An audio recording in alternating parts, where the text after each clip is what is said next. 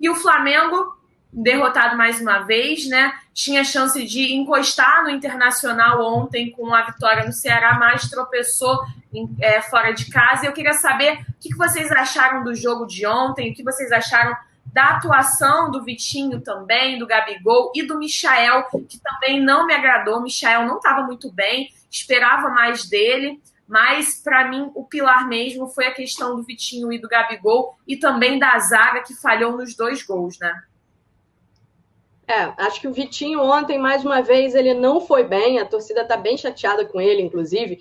No final do primeiro tempo, eu tinha comentado que Vitinho, Michael e Gabigol estavam muito abaixo. E aí, no segundo tempo, o time inteiro estava muito, muito, muito abaixo. Não foi um bom jogo do Flamengo, especialmente desses 3 jogadores, tá? A gente vai falar também das falhas no setor defensivo, que foram importantes e determinantes. Mas o primeiro tempo muito ruim desses 3 jogadores também foram determinantes. O Vitinho, quando ele recebia a bola do lado esquerdo, ele tinha uma avenida, gente. Ele tinha muito espaço e ele não conseguiu fazer nada.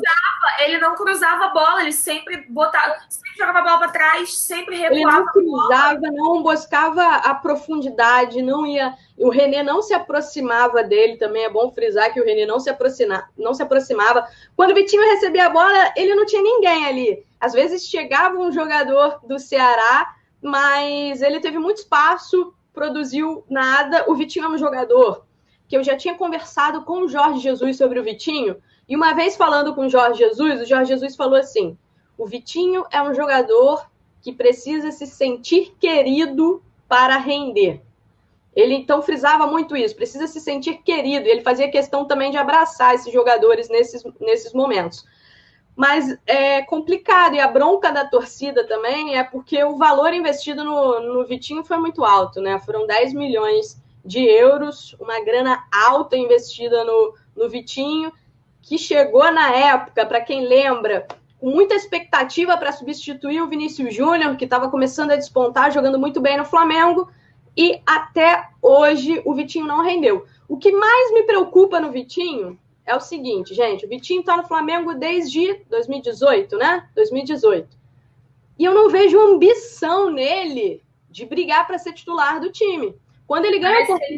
Parece que ele tá confortável sendo banco, sendo essa substituição do técnico, né? É isso que eu sinto também. Não sinto que ele entra em campo para mostrar, eu posso ser titular. Eu acho que ele entra em campo justamente para falar, tô aqui, posso ser um bom banco de reservas. E eu acho que ele tem capacidade, às vezes, para brigar até mesmo pela titularidade.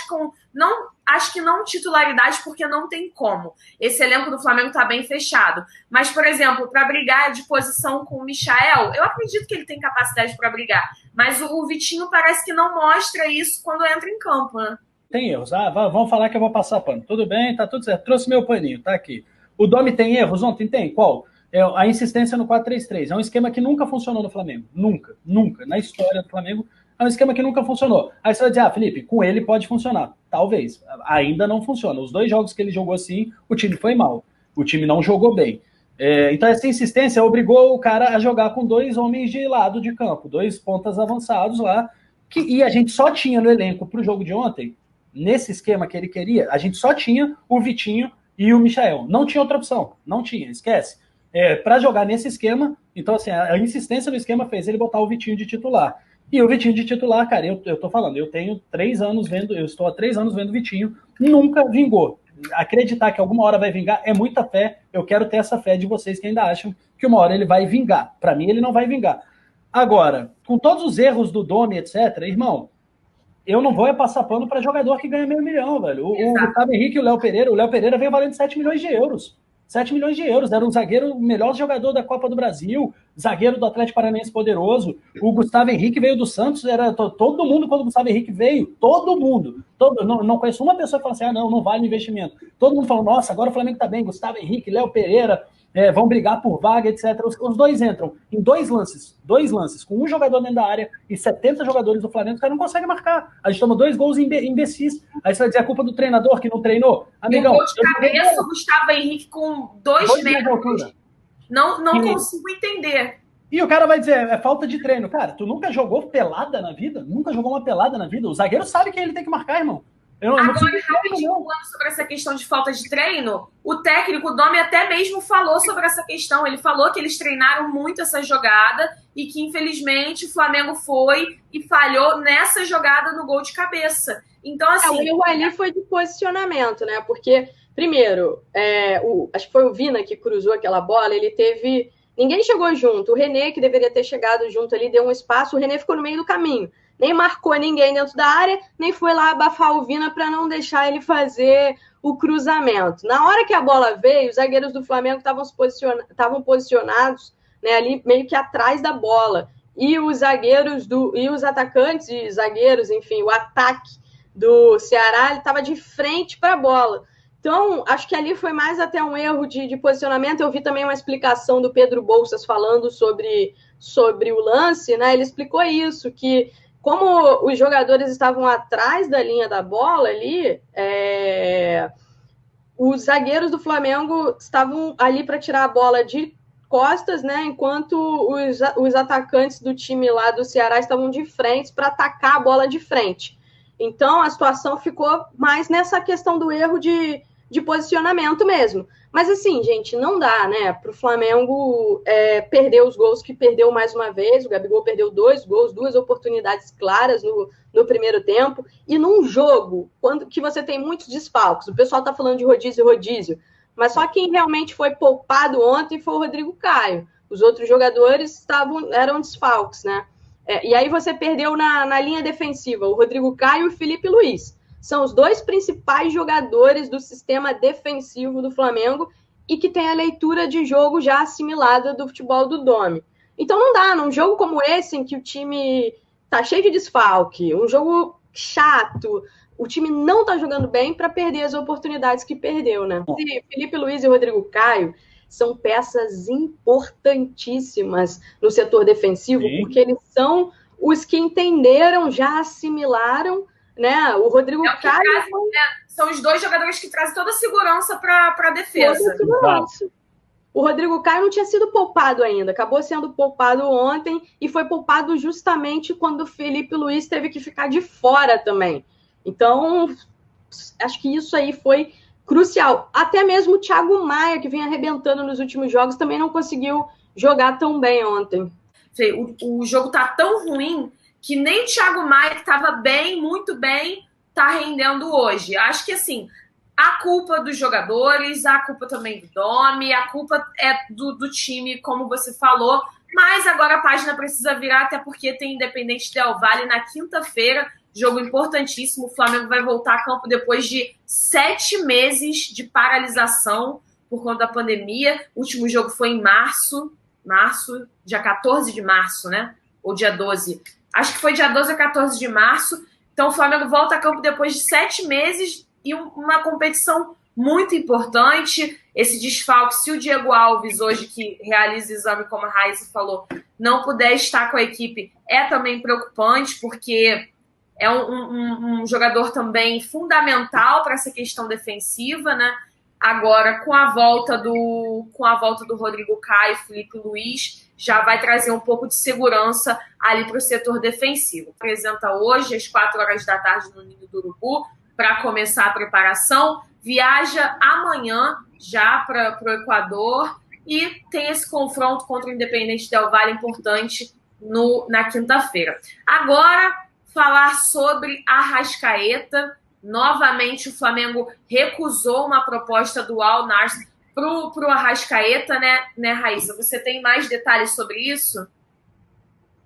Isso, o Flamengo recusou mais uma proposta, foi a segunda investida do Nassr, do Al Nassr, do Arrascaeta. A primeira tinha sido por empréstimo, né, um valor por empréstimo e depois um valor adicional, 2 milhões por empréstimo e depois mais 13 milhões depois de uma temporada. No total, 15 milhões pelo Arrascaeta. Dessa vez a oferta foi 15 milhões de uma vez só, foi 15 milhões para comprar de fato o Arrascaeta sem essa questão do empréstimo. O Flamengo recusou, o Flamengo está resistindo, né, como pode aí. Hoje até conversei com um dirigente do clube que me falou, olha, desde janeiro a gente está comendo pão que o diabo amassou para conseguir segurar esses atletas. E está só começando, porque ainda tem mais tempo de ainda tem mais tempo de janela. Agora, em outubro, abre janela. O Campeonato Árabe acabou neste final de semana, então os clubes árabes vão intensificar as buscas pelos jogadores, né, no mundo a partir de agora. Eles fizeram uma oferta para o Papu Gomes, da Atalanta, né, ele recusou, foi no valor de 7,5 milhões de euros de salário por temporada. Mas aí para o Arrascaeta eles ofereceram bem menos, assim, 2 milhões de euros. Então eles podem voltar a investir, tá, no Arrascaeta, podem fazer uma nova investida. Eles estão em busca de um meia, já contrataram o Pete Martinez, né, o ex-River, que estava lá nos Estados Unidos, no Atlanta, e eles seguem buscando o meio, né? Se ele não coloca o Tuller é porque ele não tem tanta confiança assim no Tuller. O Mateuzinho tá entrando, o próprio Lincoln tá entrando, eu já tinha trazido a notícia de que o Lincoln ia ganhar mais oportunidades, não está descartado uma saída do Lincoln, não, mas ele tem ganhado mais oportunidades com o Domenech. E não é questão de defender... Não está sendo nem relacionado, né?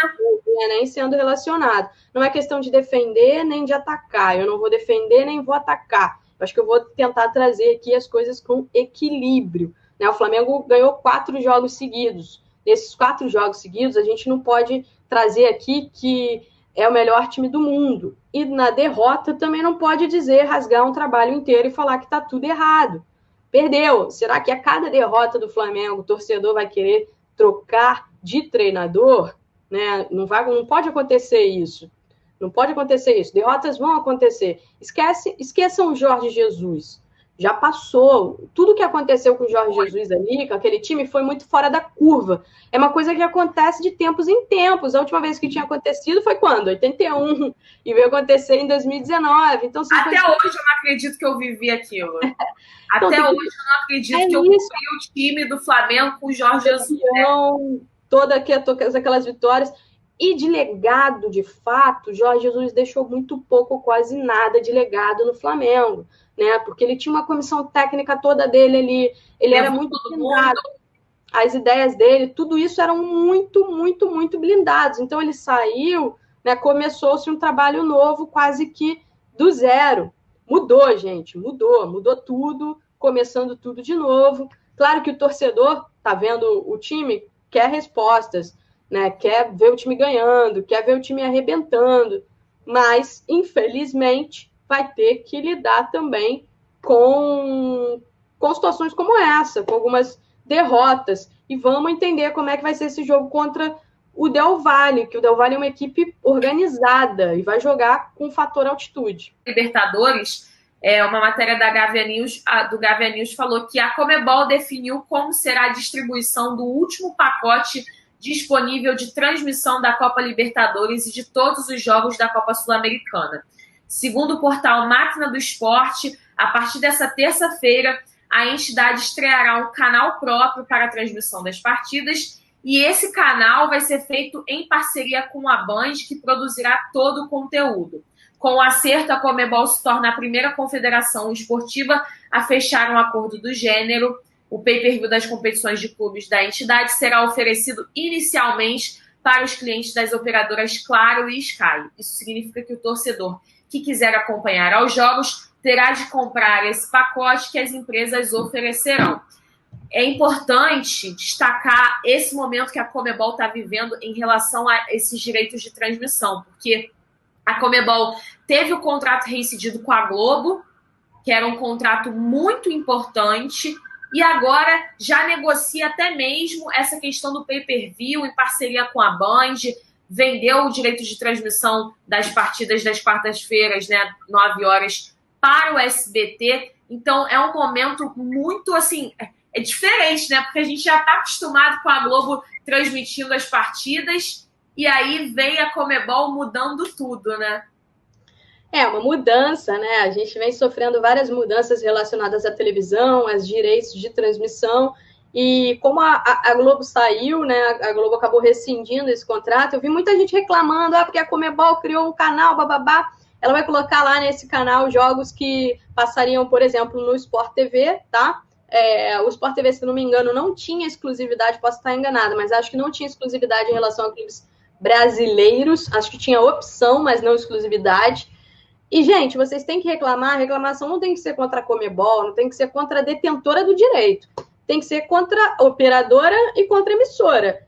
Quem rescindiu o contrato lá foi o Sport TV, então vocês têm que reclamar. Se vocês assinam a Globo, assistem a Globo, vocês têm que ligar lá para a ouvidoria da Globo e reclamar, e falar, como assim?